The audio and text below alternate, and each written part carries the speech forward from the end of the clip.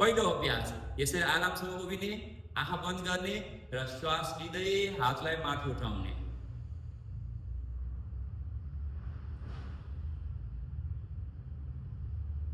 अब बिस्तारै श्वास छोड्दै हात तल झार्ने।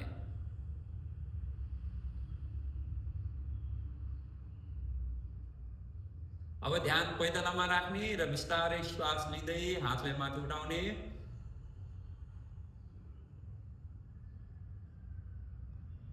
हात माथि पुगिसकेपछि औँलाको टुप्पोमा ध्यान राख्ने। श्वास छोड्दै हात तल झार्ने।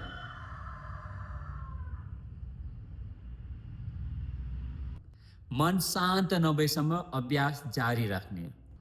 दोस्रो, दुवै हातलाई यसरी माथि फर्काएर राख्ने। श्वास लिँदै हातलाई माथि, हात माथि पुगिसकेपछि हत्केलालाई बाहिरतिर फर्काउने यसरी र श्वास छोड्दै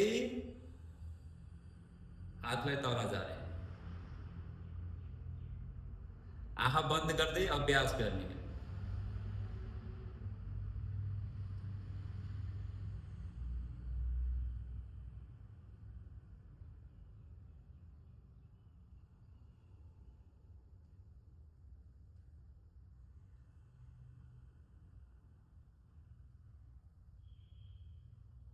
यो दुईटा श्वास प्रश्वास क्रियाले तपाईको मन क्षणभरमै शान्त बनाउँछ।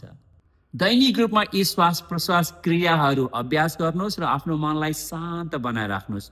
दैनिक सक्नुहुन्न, एटलिस्ट जुन बेला तपाईको मन अशान्त हुन्छ नि त्यस बेला अभ्यास गर्नुहोस्। यस्तै प्रभावकारी स्वास्थ्य सामग्रीको लागि फलो गर्न नबिर्सिनुहोस्।